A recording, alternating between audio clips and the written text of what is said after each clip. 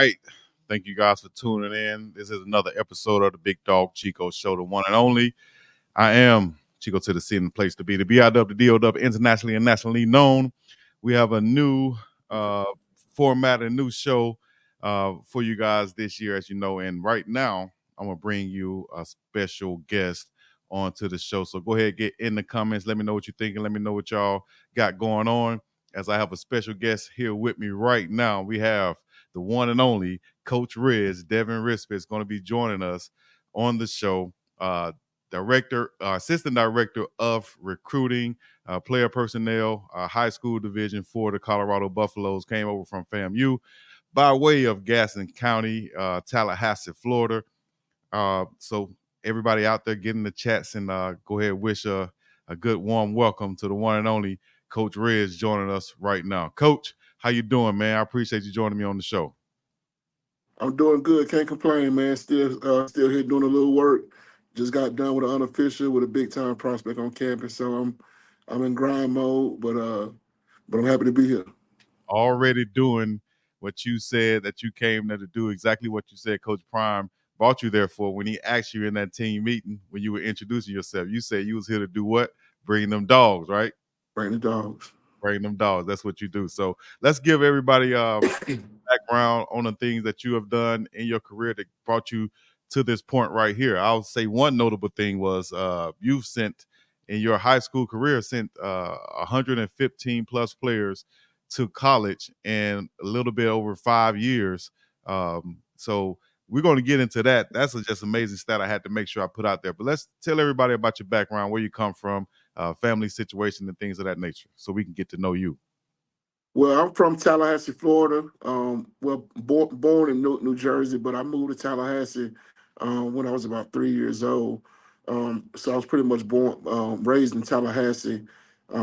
Attended Rickers High School, where I was a pretty good running back. I don't like to toot my own horn, but I was a pretty good running back there. And from there, I attended Bethune-Cookman College, which is Bethune-Cookman University now.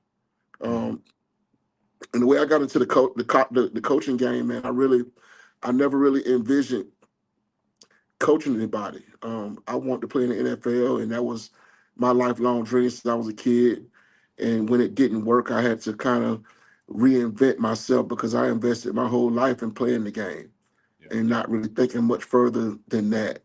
So I was approached by my first little league coach, and he told me that God didn't give me all this knowledge to keep it to myself. So he asked me to help him coach Park Warner. And at first I was against it, but there was something inside me that said go do it. And I went and did it. And in that same year, I was approached by I received a phone call from Ronnie Cottrell, who was the recruiting coordinator at the University of Alabama. He recruited me there, and after all those years, he still remembered me when he came to Tallahassee. I think, with all my heart, I think this was God's way of putting me where He wanted me, and so he offered me a job at Godby High School, which is the rival of my high school in Tallahassee. But I took the job, and during that season, he told me that I was too good of a coach to not have a college degree. So I left Bethune-Cookman without finishing my degree. And that's why I think that was perfect for what I'm doing and what I have done. So I can steer the guys the right way, and not make the same mistakes that I made. So that year that summer, I ended up going to Arkansas Tech University in Russellville, Arkansas, Division II school, and they paid for the remainder of my education while I coached the position for them. So I coached the position for them. I washed clothes, uniforms. I washed coaches' clothes. I was a strength and conditioning coach. I wore a lot of hats, and at the same time, I was taking classes, finishing my degree at the same time. So I ended up I was 3 or 4 classes from finishing that degree in 2013, and my mom fell ill, and her good friend called me and told me that she wasn't doing well. So I ended up dropping everything to go take care of my mom, and at that time, she was given 3 to 6 months to live, and when she died in like maybe 2 months. And so at first, I was down, man. I didn't know which way was up, and uh, me not knowing that the downtime that I was given by some of her friends and some of my family, where they'll come sit in for me while I got a little break. Some of my good friends were sitting down with my mom and talking with my mom also, and she kind of gave them instructions on what to do and to make sure that I would fly straight. So um, my good friend Quentin Lewis, who I grew up with. I played high school ball and college ball with him also. He was the head coach at Rickards, and he offered me a job there at Rickards. And I was kind of against it at the time. I was still mourning, but I think that was another lifeline God threw me to kind of place me in the arena where He wanted me. And I did end up taking the job at Rickards, and that's in my community. So I felt good about that, where I could give back to my community. And I was coaching a lot of young men who I went to school with their parents. And while I was there, Quentin Lewis Quentin Lewis assigned me the position of being the um, recruiting director of recruiting for high school to sending kids to college, in which I was the running back coach also. But he wanted me to step in that role, and almost everything that somebody tried to give me, I tried to downplay and not want to do it, but I ended up doing it, and man, it was the calling for me. I ended up being great at what I did, and that's where the whole deal started off with me sending 115 kids to school on scholarship, and that wasn't just high school kids. I ran my own 7-on-7 also. So at that time when I was at Rickards, I was still, I think I had found my footing, and I was still grieving some, but I was better. So I wanted to return to the college game. And I taught one of my good friends, Brian Williams, who's the defensive coordinator at Maryland. And we started out, well, it wasn't his first year coaching, but it was my first year coaching outside of Port Warner. We was at Godby High School together, and he told me the best way to get back to college football was through 7-on-7. Mm. And my good friend Maurice Harris out of Jacksonville, he already established a 7-on-7 team called the Record Breakers, and he had been trying to get me to go in to come to tournaments and get into the 7-on-7 game. But I was a running back, man. We didn't care much about catching the ball or uh, running routes. We just wanted to run it. So I was against that. Like I said, every lifeline I was thrown, I tried to pass it up, but I ended up taking them up on it. I took over a couple of my kids from Tallahassee to team up with the kids from Jacksonville, Florida, and the first tournament was in Miami. And I went down, and I fell in love with the game, with the 7-on-7. I just fell in love with helping these young men become better football players, and just being a mentor to them, and pouring into their lives. So when I returned to Tallahassee for that next season, um, I started my own branch of the Record Breakers in Tallahassee. So we were the 850 Record Breakers. So I accumulated a whole bunch of talent, man, from near and far, from right inside of Tallahassee, from further up in the Panhandle, and in Georgia, all over. And Mm. I assembled a big time team in which my quarterback was Jimbo Fisher's son, Trey Fisher. So that gave us a lot of resources. It did, and accumulated all that talent, man. When one thing my guy at Rickards let me do, Quentin Lewis, when I was done promoting the guys at Rickards, he allowed me to promote my 7-on-7 guys also. So I incorporated um, my recruiting expertise into my 7-on-7 also. So even though the kids played at different high schools from all over the place, I still help those kids get recruited. So that Mhm. plays into the number of the 115 kids that went to school from my 7-on-7 from Rickards High School to Gaston County High School, and a couple other few kids across the country, which that y'all may know right now. Jalen Wright from Tennessee, he was one of the kids that was a part of my program. Big time. Yeah, Man. but Yeah, but that's pretty much my story of how I got to where I am. When I left Rickards. My good friend Corey Fuller, who's the director of player development at Florida State University, who played for Florida State and played in the NFL for like 10 years. Mhm. We're like family. I've known him since I was a little boy, and he also went to Rickards High School. We all from the same side of town, but he lured me away from Rickards. I didn't want to leave, man. I love Rickards. I love my side of town and doing for my community. But we all know, man, when money's added to the equation, it'll make you do some things that you're not comfortable doing, as long as it's the right thing. But they upped my pay going across the county line, and I went to help Corey restore that program again over at Gaston. And a couple years later, we had two pretty good teams. And a couple years later, Corey ended up taking a job at Florida State, and I was up for the head coach to be the head coach at Gaston County, and it just wasn't happening. The process was slow. I mean, I was the acting head coach. I was standing in. I was still running workouts. I was still, getting kids recruited, still getting colleges on campus, but it just wasn't happening fast enough. And while we were still going through the process, I received a call from Willie Simmons at FAMU, in which Simmons is a great friend of mine. We've been friends for a long time. We were also high school rivals, but he called and he interviewed me for the running back coaching job at FAMU. And I always tell this story, man. I was a real good running back coach. I put 4 or 5 kids in Power Five schools at the running back position. But was I ready to be a college coach, running back coach? I wasn't.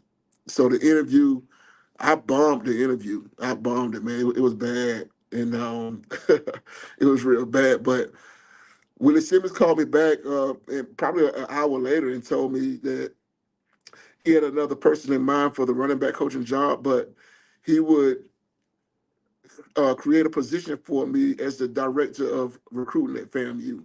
Wow. And if I'm not mistaken, I think I was the first in Black college to be named the director of recruiting. Yep. The Um, first one in definitely in football. FAMU's history to hold that title of Yeah. direct recruiting. Definitely. Yes, I think next Black History Month, I think I need to be added into into Move the on. into the thing. But no, but yeah, he gave me that opportunity, man, and it took off like a wildfire. I mean, we we got a whole bunch we got a whole bunch of great recruits in FAMU, and in 2 seasons, I think we might have lost 3 games in 2 years in a national championship this past year, and and I received a phone call from Coach Prime, not Coach Prime himself, but from his main guy, and they Hmm. offered me an opportunity, and at first I wasn't sure that I wanted to make the move. I knew that I wanted to get bigger. I knew that for sure. But it was just a lot that played into it. I was leaving my son back home. I own a house there. It was just a lot of stuff. But just talking with some of my guys that's on the college coaching level already, they told me that I had to take the opportunity. Yeah. And I took it, and I'm here, man. And it's been great, man. I love Coach Prime. He's a great guy. I love the staff here. They welcome me in with open arms, and I'm just ready to hit the ground running, man, and show what we can do. And I say we because it's never about me. Hmm. Um, when one of us win, we all win. So that's kind of the type of guy I am, and I'm happy to be here, and I'm thankful and I'm blessed to be here. Man, that's the whole rundown right there for everybody listening. I appreciate that we have one and only Devin Coach Rispress right now, the University of Colorado football assistant director of player personnel, high school relations, straight out of Tallahassee, Florida, Gaston County High School. Uh, Man, you've been pumping them out, putting them right there in colleges, and you setting up a great opportunity for yourself to go from high school.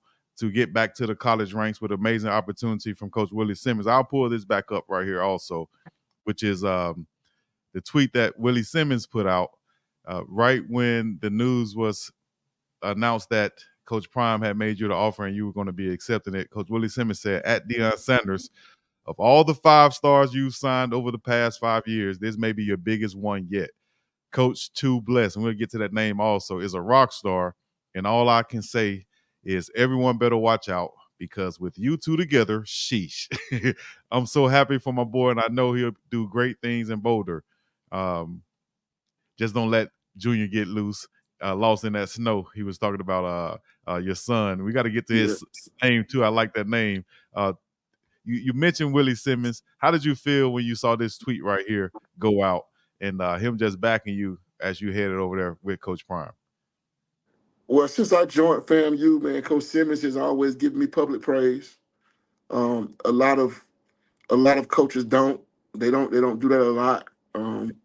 But he's always given me public praise. So when I saw it, I wasn't surprised. I wasn't surprised at all. Much love to Coach Simmons. Like I said before, man. And I got some pictures right here I want to bring up. This is why I like to bring pictures because pictures are worth 1,000 words. So I'm going to display some pictures. Let me know and tell me something about them. Yeah. Me and Ocho, man. Yeah, we're pretty cool. But we were at the Orange Blossom Classic down in Miami, and he was the ambassador for FAMU. And even before he was, he's been a lifelong Rattler fan. You see the outfit he has on.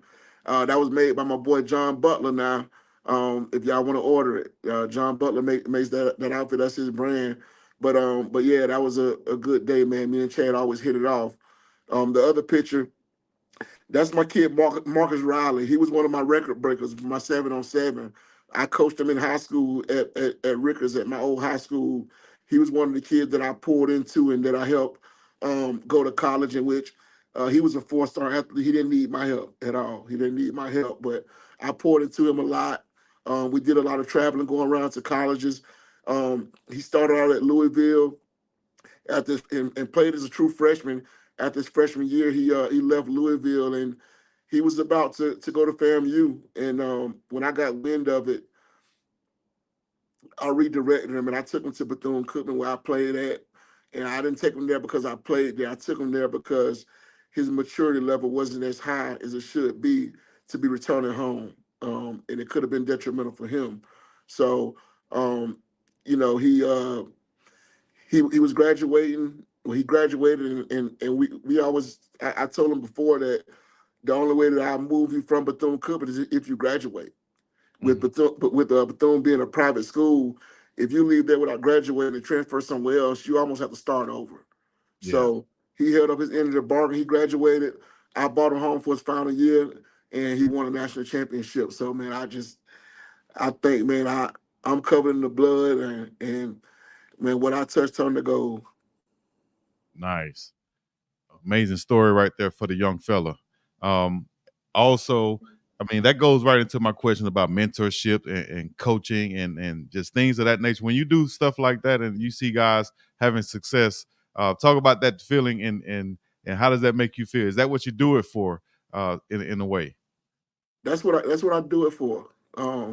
It was never about me. Don't get me wrong. Anytime we're doing for others, we're always working for ourselves also. Mm-hmm. So my plan was to go to a bigger level, and the way to do it was to demonstrate my work that I was doing there, and to show my love for the kids and just working for them. So man, anytime I see my kids have success, it's like they're my real children, like Yeah. like literally. So I'd be so happy for them, man, and happy for their families to be able to share those moments with them. All right. And speaking of those moments, we have one right here I want to share that you put out there on Twitter also. And I'll share this with you with your young son. Tell us your son name one time. Worldwide Junior, and that's a crazy name. He was given that name by my friend Darren Harvey, who I grew up with. Um, he was given that name because everywhere I went, he was there. So Coach Simmons allowed me to let him travel on the road with us sometime, and almost anywhere in Tallahassee, I was seeing USC Junior. So they call him Worldwide Junior, and he's more famous than I am. Worldwide Junior. Well, I'll get to this video right here with Coach Prime. Happy birthday, my man, Worldwide. I want to wish you a wonderful, blessed birthday. I appreciate you. I ain't even met you yet, but I can't wait to meet you. You have a wonderful father. If not, we wouldn't even be doing this video. So he got to be a good brother. I love you. God bless you. Can't wait to meet you. But what did he making this video? But Coach Yeah. Prime made this video wishing him a happy birthday when you showed it to him, and I saw you surprise him at his birthday party. Talk about his feeling and does he, like my little ones, they know they'll say every once in a while, you talk to Coach Prime. I'm like, man, y'all really be paying attention, don't you? He understands what's going on. You're working with Coach Prime, right? Yeah, man, he's highly intelligent, and Coach Prime wasn't the only one. I made a real big video with a whole bunch of people, telling him happy birthday from Willie Simmons to Trent Forrest from the Atlanta Hawks, Mike Norvell from Florida State, Corey Fuller from Florida State that played in the NFL for years. Um, Darryl Jackson and Josh Farmer, who plays at Florida State. They've known Junior since he was born. Shadur Sanders, Travis Hunter. So a lot Oh, of people, and look, he know who all of them are. yeah. So it was real big. And the question that he asked me was, "How does everybody know me?" I said, "Well, I said your name worldwide for a reason, man. So Worldwide, baby. worldwide." I love it. I love that name. Man. All right, so let's get back to this last video right here. A lot of people might know you or have seen you. Like you said, even in the pregame show interview that you did with Neely, shout out to Uncle Neely, you Mhm. said that you're big on social media. You understand how social media plays a huge role in recruiting, especially these young kids. And it can open your eyes to some kids you might not have seen because of social media. Now you get to see these guys and see their talent, and you can reach out to them directly, which is what it seems like you did with this kid who's been tearing up the internet. That is Blaze, young Blaze. I'll play this video and then get your reaction to it. Director recruiting at FAMU. Blaze, what's up? This Coach Rich, the director recruiting at FAMU. What's up? Man, look, my son, he's 3 years old, and he started watching them too. He come in the house like, Dad, I cut that video on for me. He want to watch you, but no, man, I was talking with your dad, and like I said, I've been following you for a couple of years, and you still got a long way to go, but you got a good support cast, definitely a worker. So what I'm gonna do is I'm gonna offer you here at FAMU. Oh, thank you. I really appreciate it. All right, so like I said, so you got a long way to go. Keep taking care of those grades. Keep working the way you're working, and we'll get you up in the spring game. Okay, thank you. That's Coach Reds talking to Rudolph Blaze Ingram, I think is his last name, right? He is he's a baller, man. He's been tearing up the internet. What even gave you the thought, the mindsets, the process, and the wherewithal to I'm going to offer this kid to FAMU? And if anything, at the very least, we now have a relationship. He knows who I am. I'm probably his first offer. Who knows what happens in the future? Uh, uh, his social media following will see this. That'll come back to good marketing for FAMU. What was your thought process behind going to offer Blaze so early? Well, one thing about me, man, I'm always my brain's always firing on all cylinders. So I'm always trying to find a way to get ahead. I'm always trying to find a way to make our brand expand. So by me offering Blaze, if you look at his social media, the kid had over 800,000 followers on Instagram. Mm-hmm. So when he posted his offer, how many people would see FAMU? Right. Over 800,000. All right, Exactly. and it wasn't just about that. I still in my heart feel that Blaze is going to be one of the best players in the whole country when he comes out. Mm-hmm. And when that does happen, guess who he'll talk to? Guess Right. who he'll remember? I mean, every kid remember their first offer. I don't care if it was from. I don't care if it's from Spoon and Fork University. They're going to remember their first offer. He's going to always remember me. So Yep. no matter where I am, hopefully I'm still right here in Colorado. But wherever God places me, we'll still have a relationship when he prepares to go to college. Right. Smart move. And warranted move also. Like you said, he is top tier level athlete for his age group, and looks like he's projecting to be definitely a top tier level college athlete when he's coming out of high school. So, Right. like you said, you think you hoping you'll still be in Boulder. I like to say in Boulder where it's colder, and I've been seeing a lot of weather posting pictures of you guys That's key. and Coach Chaney and everybody talking about the weather, how it changes up and down here and there. How's it been for you adjusting to Boulder, Colorado, and running into legends like Cordell Stewart? Well, it's been it's been cool for me as far as the weather goes. A lot of people from Florida, they haven't really been in the cold. They haven't seen snow. I was fortunate enough, like I said, I was born in Newark, New Jersey, and as a kid, I always went back to go visit my dad on Christmas holidays and different stuff like that. And also, I played I played arena football in different parts of the country, also in Texas and Iowa and different places like that. So I was in Iowa when it snowed in April. So Oh it was yeah, nothing new to me. So when I came here, the weather wasn't a concern of mine. And as far as meeting guys like Cordell Stewart, Slash, as everybody call him and I call him, um, I remember back when he played, man.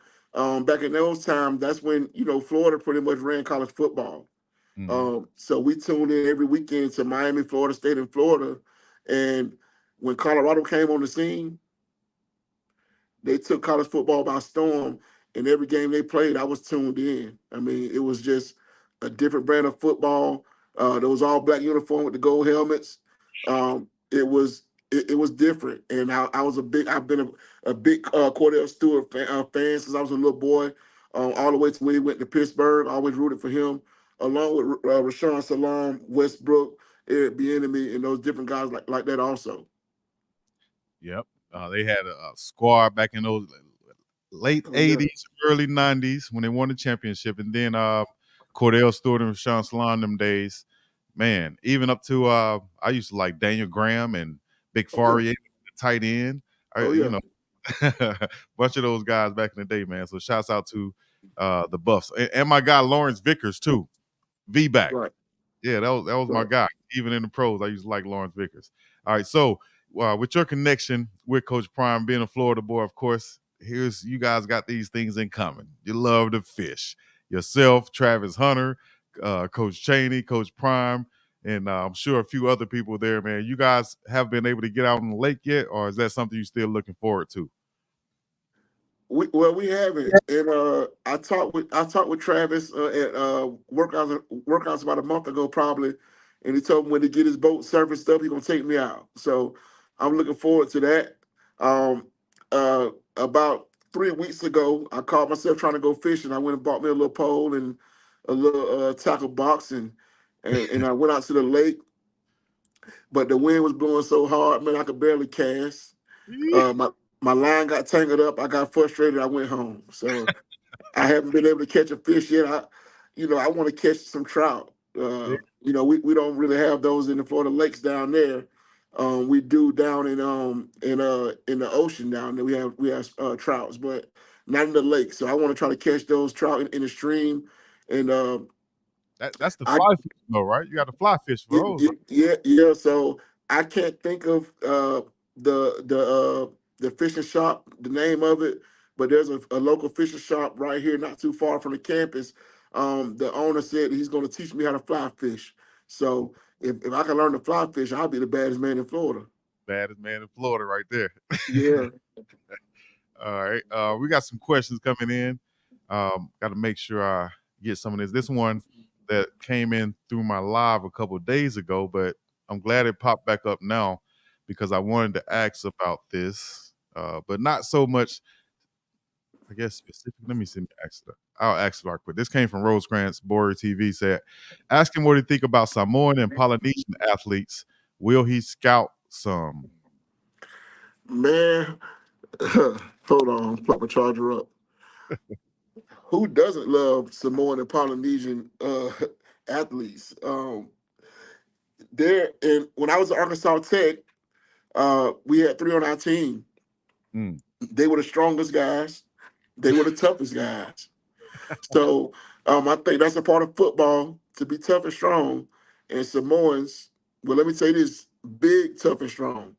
Yeah. That's what they bring, and they're good. They're great people also.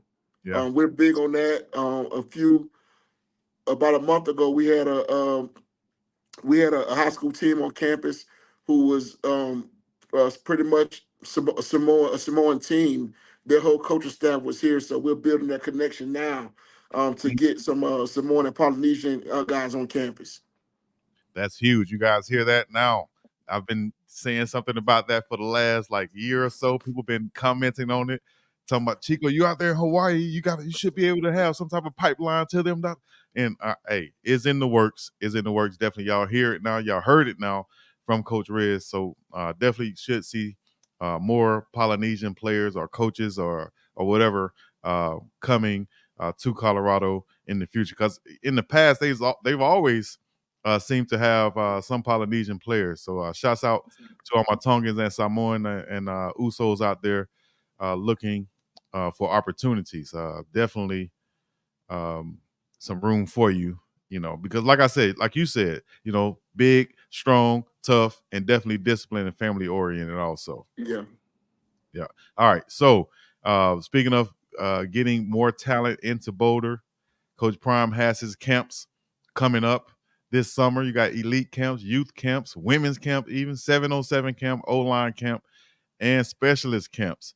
As a recruiter, do you go into these camps looking and really with your eyes open, like, you know what, I can actually find some gems here?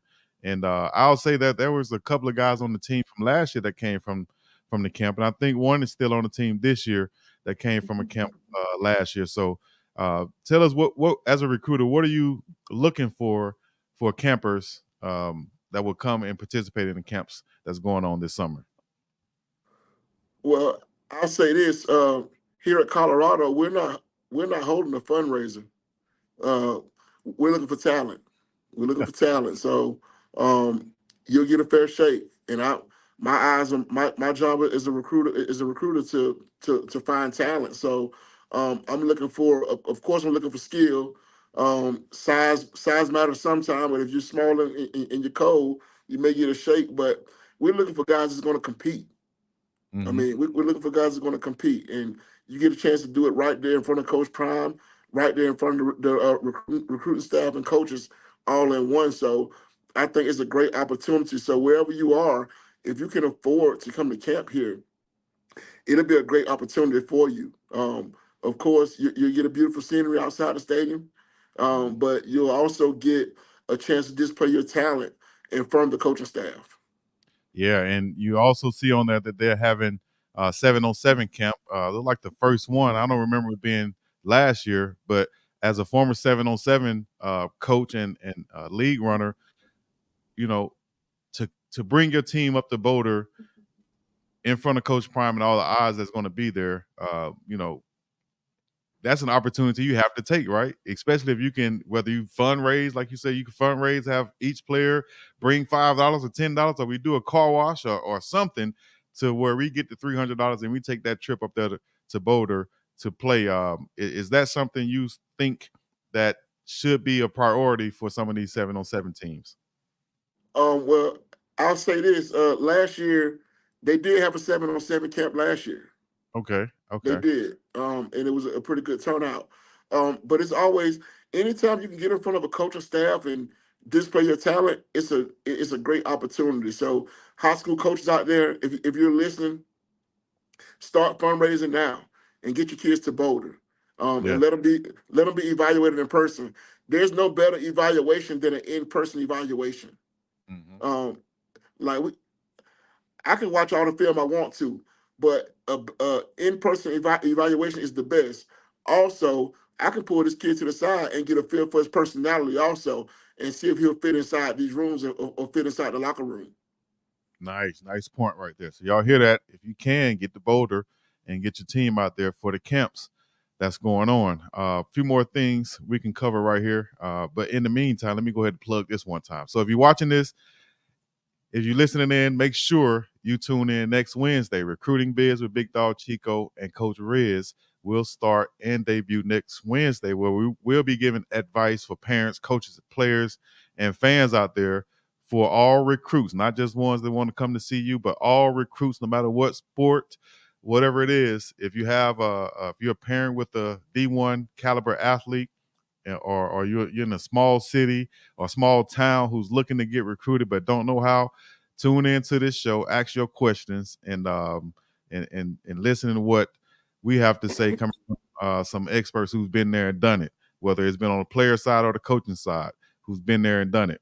Advice, Coach Riz, for small town guys who looking to get noticed, but maybe their coaching staff doesn't have the adequate film or reach or whatever. I'm a small town kid. I got the skills. I know I'm a 5-star, but I have to be seen to be a 5-star.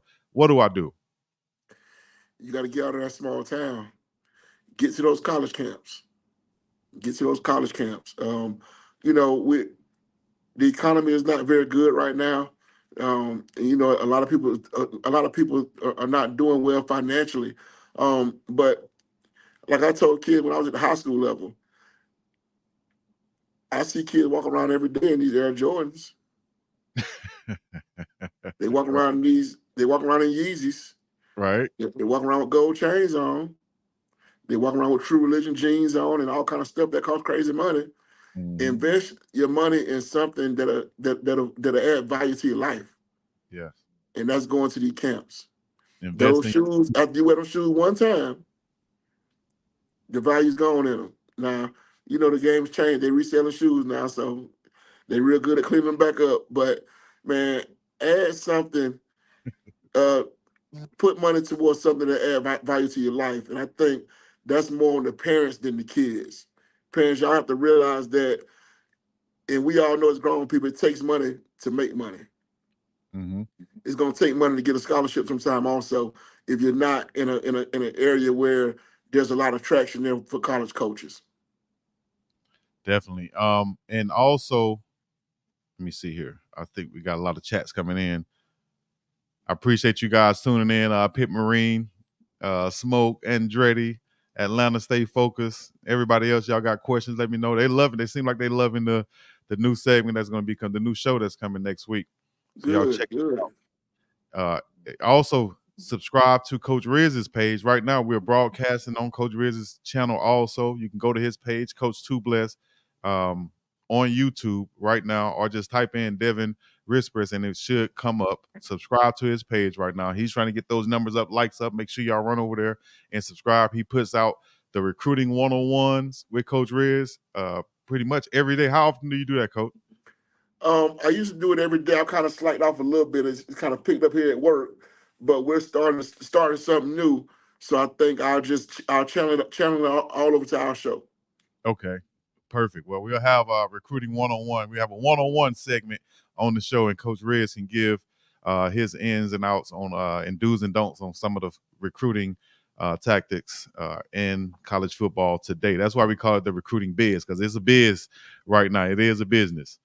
So one of the last things I wanted to say on the pregame show interview, you talked about meeting Coach Prime as an 8-year-old. I wanted to expound on that subject, on that story one time. Tell us that story about meeting Coach Prime as an 8-year-old, and go from there. And as I thought about it, I think I was a little nervous. I think I was more like 10 years old. Okay. More like 10. But he was with the Falcons at the time, and he came back to Tallahassee to do an autograph session, um, right there in Tallahassee. And my mom was all in with me when it came to sports. Mm-hmm. Anything I needed towards sports, she's gonna do it for me, because she knew the neighborhoods that I grew up in Tallahassee. If you didn't do something positive, if you didn't play sports, you can easily fall victim to the streets, or to the graveyard. So she kept me in tune with all the sports and anything sports related. She took me. So Coach Prime came to town for that autograph signing session, and we went over there, and I ended up meeting Coach Prime and getting his autograph. To this day, I don't know where it is, but it's crazy that, and I think I told that story on that segment about I was with one of my good friends, T Ford, one of my childhood friends, and we were hanging out one night, and I told him, I said, one day I'm going to work for Coach Prime. And fast forward a couple of years later, um, I'm I'm working with Coach Prime. That's what he told me. I'm not working for him.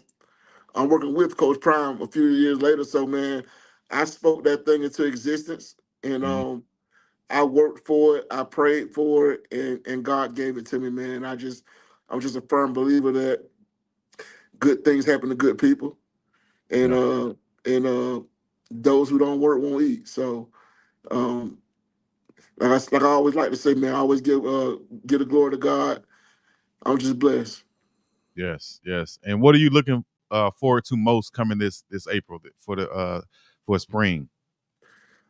I'm looking forward to seeing the guys competing and being disciplined, Yeah. being competing, being disciplined, and no injuries.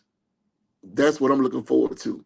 We've gotten better at every position, and a lot of this was built before I got here. So hats off to those guys. I joined a dang good recruiting staff, and coaching staff, all in one. So I'm very excited to see how we look, and which I know how we'll look, but I'm pretty excited. Just hoping we keep the injuries away, and go into the summer healthy and continue to build and finish bringing in those pieces to finalize this championship team, because I do feel, with everything inside of me, that we have the nucleus to make this thing go. Yeah. And talk about the dynamic working with that super recruiting squad over there at CU, headed up by Corey Phillips. Talk about your guys' relationship and that dynamic working with them. Yeah, it's cool, man. It's very cool. And I came from FAMU where I ran my own business. I did it the way I wanted to do it, and to come over here and learn some stuff from Corey, who has been who has had multiple stops at big time places. It's a blessing for me. Um, I'm I'm never a guy that think that I know it all, or I can't learn anymore. I'm always a sponge, so I'm learning more. And shout out to my boy Darius Box, and my boy JB. We're like one big family, and that's the way it is, man. When one win, we all win. There's no animosity, there's no jealousy here. It's just a room full of guys that's trying to achieve one goal, and that's to help Coach Prime be the first African American coach to win a national championship. 100%. Shouts out to the young ladies that work in the office also. D Box, and Oh the yeah, two ladies in JB and all.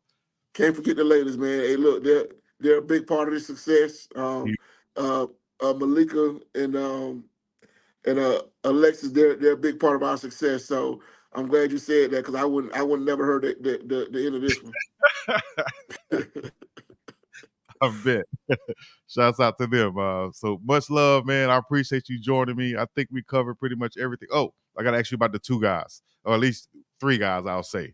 We got to ask you about who we just saw on the KFC commercial with Shiloh, Shadur, and Travis. Man, what is your first thoughts of those? I'll just say those three off the top. Did you say a KFC commercial? The KFC commercial. Did you not see that one? I haven't seen that yet. You put me on something new. I haven't seen it. I got to put you on that one there. I probably can Okay. play it. I don't know. But yeah, they just did a KFC commercial in the locker room where they were there. And I think I got a picture of it. But they were in the locker room eating the new They call it the perfect snack for after practice. The grab it, I forget the name of it, but anyways, I don't want to mix it up. But these guys got super NIL deals. Shador is evaluated over $4 million. Travis over $2 million. Shiloh over $1 million.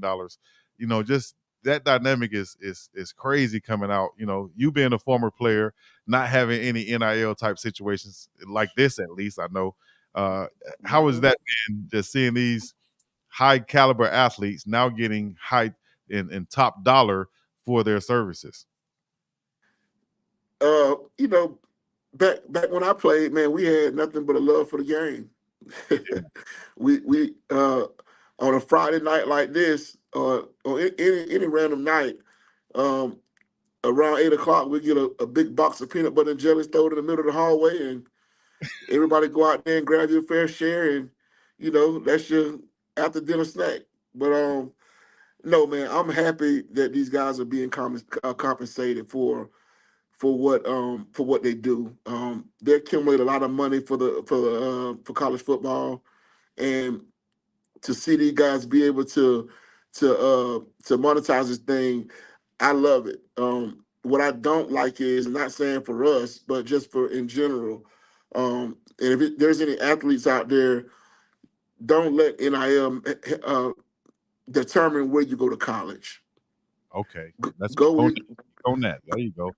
go where you're developed. Go where the staff will pour into your life. Because at the end of the day, in 4 years, 5 years, that NIL money will disappear. All right. And I know for most of you guys, the long-term money, the NFL is the goal for you guys. So to make it there, you have to be developed, and you want to have a staff of guys that are pouring into your life, to help you become a better man than you were when your mom or dad dropped you off to college. So, but I love it. Shador, Shiloh, and Travis Hunter. I've been a fan of Shador and Shiloh since they were little kids when they had that TV show. Yeah. So I feel like we've been family already anyway. Um, my my last year at Gaston County, we played Trinity High School. Coach Prime and Shadur. When I was at Gaston County, we played them in a classic game. Oh man. So I was already familiar with them.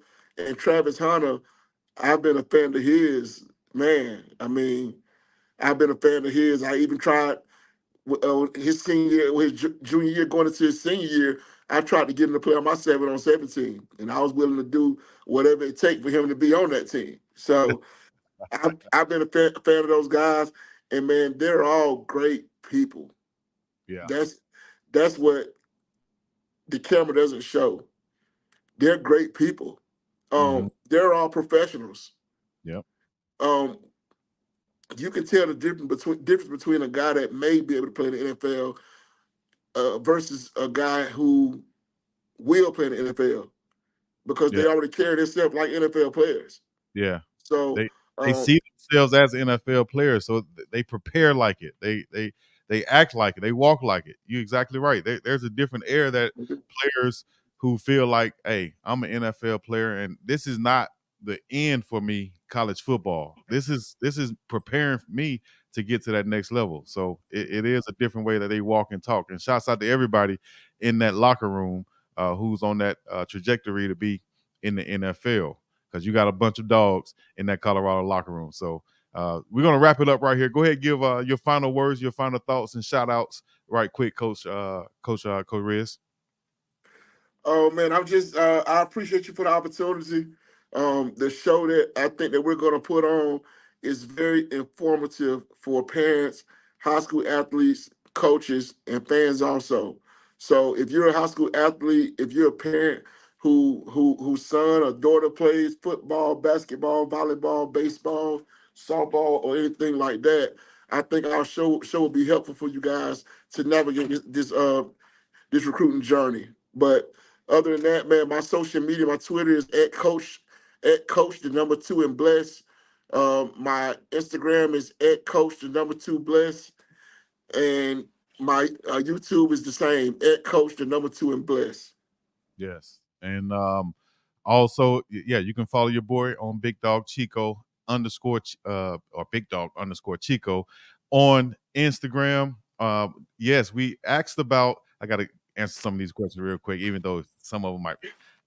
We asked about Polynesian players, but yes, we know that there are other players everywhere that can play. Even got a pipeline from West Africa to London for the NFL Academy. We have a London linebacker already with Kofi Taylor Barracks on the squad. So there's players everywhere around the globe now, and it's now opening up to an international type recruiting deal. So with you being coach, I guess we can go on this. With you being tapped as being like a Florida based recruiter who got a pipeline in Florida, do you kind of recruit nationwide, or do you kind of try to stay in your wheelhouse? Do you recruit internationally? How does that work? And what's your philosophy on recruiting? Man, if they play football on Mars, I recruit there. I never want to be put in. I never want to be put in a box. Right. I'm not just a Florida guy. Now, I'm heavy in Florida for sure, but I'm also heavy in Georgia. I'm also heavy in South Carolina. I have connections across the country. So I'm not just a Florida recruiter. Anywhere they play football and maybe even rugby, Right. maybe even soccer. Listen, talent is talent, and I don't care where it is. I'm looking for it. So if you have somebody you want to send to me, send it to me on my Twitter, and if I can get through it, because my followers are crazy on Twitter, if I get to it, if they can play, I'll reach out to them. Definitely. So hit them up on Twitter, Coach2, the number 2, Coach2 Bless. Explain that. I would think it is Coach to Bless. You're coaching to bless, yeah? That's it, man. I think, like I said, man, I grew up with my only goal in life is to play in the NFL. That's it. Yeah. I had no other plans. I didn't. And I mentioned earlier that my mom died in 2013, and my auntie sent me a picture. Well, matter of fact, let me start over. When I was in kindergarten, my teacher asked, "What did I want to be when I grew up?" And I told her, if I can't play in it, well, I told her I want to play in the NFL, and she told me that that's not reasonable. Pick something else. Right. And I told her, I said, well, if I can't play in the NFL, I want to be a coach. And when I said I want to be a coach, I wasn't talking about a football coach. I was talking about the guy that I looked up to at the school who was the PE coach. That's who I was talking about. Yeah. So fast forward, all those years later, and I start coaching. And when my mom died, my auntie sent me a baby picture of mine. And I had a onesie on with a football with the word coach in the middle. Wow. And I've mentioned throughout this whole segment that, man, I'm covered in the blood. I think God has me where He wants me. If I was a multi-million-dollar guy, how many lives would I have touched? And I sent 115 kids to school on scholarship, but how many other kids did I touch? Because coaches touch the most lives out of any occupation now, especially football. Yeah. So you have your guys on the team at a time. Right. So, yeah, I just when I started my Twitter, and some things I do I can't explain. That's how I know that God is involved, and I know for sure my mom is up there, pushing some buttons also. And I came up with the handle at Coach to Bless, and it fits me. It fits what I do. It fits what I stand for. It fits who I am. Right. I love it. Last thing I'll cover, because I said, dang, I can't forget to ask him this, and I almost forgot because we was almost off of here. But this is the last thing I want to ask. You played arena football, I heard you say, in Texas. I did the same thing. I played a couple years, or was it a year or two, whatever, in Texas, dog. Tell me about that. Where'd you play, and what team you played for? My first year, I played with the Lubbock Gunslingers. Right in up my Lubbock, Texas. Yeah. And you know what? Did you play with one of my best friends played on that squad for 1 year, so y'all might have missed each other. But Reggie Glover, he came out of Alabama State. No, Reggie Glover. The name sounds familiar. What year was this? I was there in 06. 06? Okay. Yeah, All right. I think we were there like 08. Oh no, 07. 2007. yeah. I was there in 06. Or was it 07? That would be I think crazy. it was 06 because in 07 I was in Katy with the Katy Copperheads. Okay. I thought it was So Katie. Wasn't Katie Roughnecks at one point? yeah, they have been the Rough Riders Rough after the Rider. Katy Copperheads. Yeah. Yeah, but my first year I ended up in Katy, and man, every story that I tell, man, God is incorporated in every story, dog. Like I'm like I say, man, I had to keep saying it, but I'm covered in that blood, man. Real. I started out in Kissimmee, Florida, in which I was in Tallahassee at FAMU doing nothing. I was just going to school, but I still wasn't serious about school. Yeah. And to be honest, I wasn't doing the right things either. And I received a phone call from my college quarterback, Alan Suber, who was my quarterback at Bethune-Cookman, and he told me to go try out for this team in Kissimmee.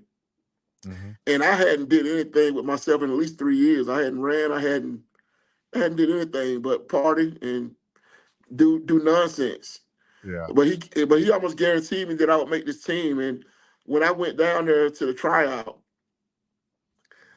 I might have been at the tryout 20 minutes.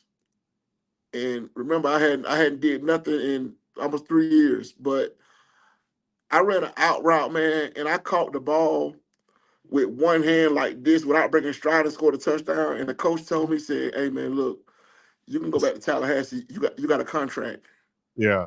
And I ended up going to camp down there at Kissimmee, and throughout camp, man, I probably was the best player on that team. Mm-hmm. We had an end of the camp scrimmage where I might have had 80 rushing yards, the second most receiving yards, and the only touchdown in the game. And I got back to the hotel and my phone rung in the hotel, and they told me that I was cut from the team. And I was like, hold on, y'all sure I got the right number? Yeah. And they were like, yeah. So I packed my stuff up, man. I went back to my partner, Maurice Harris, who I started the 7-on-7 with. He was living in Orlando. And I went back to his house, him and his wife, we all went to college together. And my phone rang again, and the head coach told me that he wasn't going to cut me. I was being traded to a team in Fayetteville, North Carolina. Wow. And at first I was like, man, I'm not going with North Carolina. But my partner talked me into it. I went up there. And I get up there, and they don't have any shoulder pads or helmet for me because they just don't have enough equipment. Right. So all I can do is catch the ball, run routes, do one-on-ones, non-contact stuff. So about a week later, the general manager and the head coach called me in. They said, well, you may be the best we have receiving the ball, but we haven't seen you running the ball from running back, so we're going to release you. And What? I was like, well, what is this? So I ended up leaving there, and my cousin was living with my uncle over in Atlanta, and they were working on the railroad, he was making like $80,000 a year. And my mama told me, go to Atlanta, because my mom, I always respected what she said. I tried to do everything she said. Now I didn't do everything, but I tried to please my mom. Mm-hmm. But I go over to Atlanta, and I call myself, I'm going to work on the railroad. And we'll talk about it more later, but there's a lot of phone calls changed my life too. Yeah. So I received a phone call from a guy that I met down in Kissimmee named Carlo Hurd. He played in Lubbock the year before.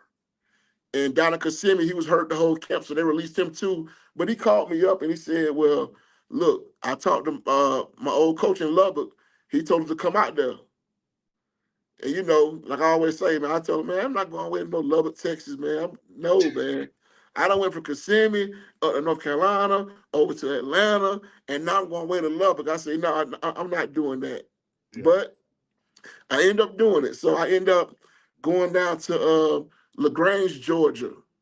And LaGrange, Georgia, that's where my partner was from. And the owner of the team, he was renting us a minivan to drive out to Lubbock, Texas. I had a car, but I was leaving my car down at his grandmother's house in LaGrange. And I talked to my mom, and I told her what I was doing, and man, she was so mad with me. She was already mad anyway because I stopped going to school to go play arena football. So she was mad, and now I'm going away to Lubbock, Texas to go play. And she told me, she said, boy, you're going to chase that football till you die. And I told her, I said, Mama, I'm the one that got to live it. Let me do it. So we ended up, we was waiting around for the rental van, man. This way it get crazy at. That's why I know for sure I'm covered in the blood, man. We were waiting around on that rental van, and we couldn't get the van because none of us had a major credit card, and they wouldn't accept the credit card over the phone from the team owner. Dang. So about 2 days passed, and we still haven't gotten the rental van yet. So I told my partner, I said, man, look, in the morning, if the rental van not ready, I'm going back to Tallahassee. And just being 100 with everybody, man, for me to go back to Tallahassee, I was going back to a life of uncertainty, a life of that could have put me in prison or put me in the graveyard, just being honest. Yeah. And that next morning I got up, I couldn't find my car keys. Couldn't find them nowhere. I searched the house up and down, couldn't find them. I know where I put my car keys in, but I can't find them. Hours go by, I still can't find them. All of a sudden, I find my car keys. My friends, they sent me a whole bunch of money, put some new tires on my car and gas up to come home. And I went and told my partner, I say, hey, man, I'm finna head to Tallahassee, man. I appreciate you. I thank this grandmother for letting me stay there a couple of days. And, man, before I can get in that car, the phone ring. Remember I told you a lot of phone calls saved my life now. Mm-hmm. The phone ring. It's the owner of the team in Lubbock. And he says, look, the rental car is ready. And, man, we got in that car and went to Lubbock, and we got there on like a Wednesday. Our first game would have been back in Miami on a Saturday. So we got there, and the coach was like, well, look, y'all just rode 23 hours. Y'all don't have to practice. I understand. I'm like, man, look, I'm hungry. I'm going to practice. So, just where the equipment at? He gave us the equipment, and, man, he came to us after practice. He was like, do y'all want to play this Saturday? I was like, do we have a contract? He was like, a contract? He said, y'all the best players I got. I said, well, let's go. And I think that Thursday night, man, we had a team meeting. We were supposed to fly from Dallas to Miami. And we had a team meeting that Thursday night, and the owner of the team came in there, and it may have been all lies. You know how arena football go. It's a lot of nonsense go on, but they say the flight arrangements were messed up. We had to take a bus. We're talking about close to 30-something hours from Lubbock, Texas to Miami on a bus. God. So there were guys that had just left the Canadian Football League, and they were complaining they're not taking a bus. They're not going to play. And I just stood up in the whole team meeting and told, I said, look, man, all it takes is 7 players to play this game, dog. 7. Yeah. I just need 7 players to stay here with me, and we're going to play this game. Anybody else go. And some guy got up and walked out. Yeah. We got to Miami. Listen now, we got to Miami about 3 o'clock, the game at 7 o'clock. Bus had broke down. The devil all in the way now. The devil was all in the way.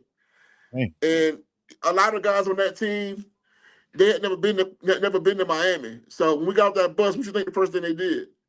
They want to go party. They want to go look around. They went sightseeing to the beach. I walked around the corner to a Foot Locker. I got me some wristbands. I went upstairs to my hotel room.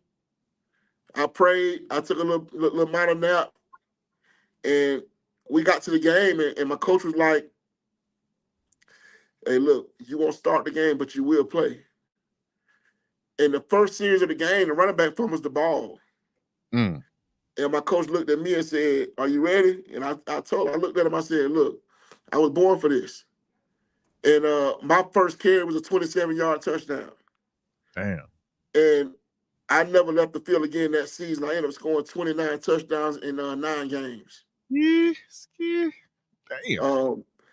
And man, that was really the start of where I am right now. If I would have never took that trip to Lubbock, Texas, I probably wouldn't be sitting in this seat. Right. That's why I told y'all that I'm covered in the blood, man. And I'm always give the thanks to God. And matter of fact, if you type my name in YouTube, you can go watch that film from my rookie year. Okay. We'll definitely have to. Hey, look, and look, the film's not great now. It was 09. It was 09. I feel you. But no, man, that was I think that was the start of where I am now, man. And it was all God put me in these positions where I tried to turn all of them down. Mm-hmm. Same thing. Right, I but understand look where you're coming from. Look where I ended up at. Yep. So I'm just grateful, man. Just grateful. Exactly where you're supposed to be. Real quick, out there in West Texas, exactly where I was. I was in Odessa. I got a call to come to Odessa, Texas. Odessa, the Roughnecks. That's what it was. The Roughnecks. That's what it was. That was a tough place to play, man. Yeah, it was. But it was a tough place to play. Tell you about shout out to Coach Chris Williams. Let me tell you my quick story right quick. I get a call or a letter or something saying you can come out here and play football. At the same time, I got an offer to go play overseas. So, but it's American football overseas, but it's arena football here. I had just had a teammate, shouts out to Bobby Keys, who had went and played arena football, then ended up getting like a 6-figure deal with the Dallas team. I forget the name of the Dallas team. Dallas, whatever the name of that team was, right? So I was like, oh, that's a good deal. The Dallas Stars, I think. Dallas Stars. You get to play 1 year, and then the next year you can get a 6-figure deal for playing arena football instead of going overseas. So I said, okay, I'm going to go that arena football route, right? So I played 1 year in Alabama and then got an opportunity to play in Odessa. I drive all the way out to Odessa. You know how far that is, man, coming from Alabama, Georgia, or Florida. Man, so I remember getting to the Texas line and thinking, okay, I'm almost here. No. You get to the Texas line, you got to drive to West Texas. That's another 16 hours. Right. So long story short, I get there and I'm thinking I'm there early, but myself is there and another guy from Florida named, I forget Chris's name, but he looked like Michael Irvin, had a long trench coat on. So I'm like, where you get a leather trench coat from? And you from Florida? He's like, man, I played at NC State. It was cold. So anyway, me and him sitting there watching practice that we didn't think was going on because we think we're early. After the practice is over, the coach come tell us, y'all can stay a night, but I'm going to go with the guys that I've already seen practice.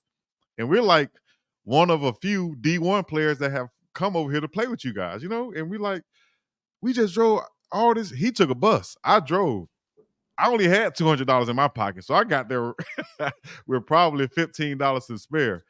And he told us that he already got his guys. We're too late, but there's a team down in San Angelo that he's going to trade us to. I'm like, trade? You can trade? And I'm thinking, like, all I can think is I'm getting cut. So I can't believe this. I'm like, man, I'm going back to Alabama, and I'm going to go somewhere else, man. Forget this arena football junk, Long story short, Chris and we became instant friends. I had a car. He didn't have no bus ride back to Florida. We hit it off instantly, and we say, you know what? We're going to go down. We're going to check out this other place because at least it's on the way it's southeast from where we're going. So at least we can hit this place on the way home. If we don't like it, we'll just go home. We get down there, man, it's like the Bad News Bears, right? Oh, yeah. We're instantly the best players on the team. We ended up staying there. Other guys come and play with us. We ended up beating the Odessa team. As a matter of fact, our quarterback got hurt, and we didn't have a backup quarterback. We needed a quarterback. And I think this footage is on YouTube also. So they said, who's going to play quarterback? I said, I'll play quarterback. I raised my hand. They're like, Chico, what? You a defensive end. How you going to play quarterback? They don't know I played tight end in college. I played quarterback in high school or middle school. So I take the snap. I try to throw one of the arena balls that goes straight to the stands. The whole crowd like, oh my gosh. So I said, okay, I'm going to Michael Vick this thing. So anyway, I dropped back. Instead of throwing it, I ran a touchdown against Odessa, spiked the ball on him, and go in the coach's face and everything. One of those things. But Right. good get back. But long story is, if I wouldn't have never went to San Angelo, I wouldn't have gotten the offer to go to Europe again because the European football coach that offered me, he was trying to get one of my teammates from San Angelo who played at Delta State, who played for him. The kid didn't want to go to Europe to play football. And I got wind that he had the offer. I was like, wait a minute, time out.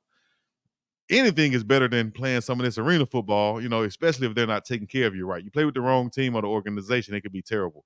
Oh, But yeah. that coach offered his former player. He didn't take it. I raised my hand and said, can I meet with this coach? He took a meeting with me.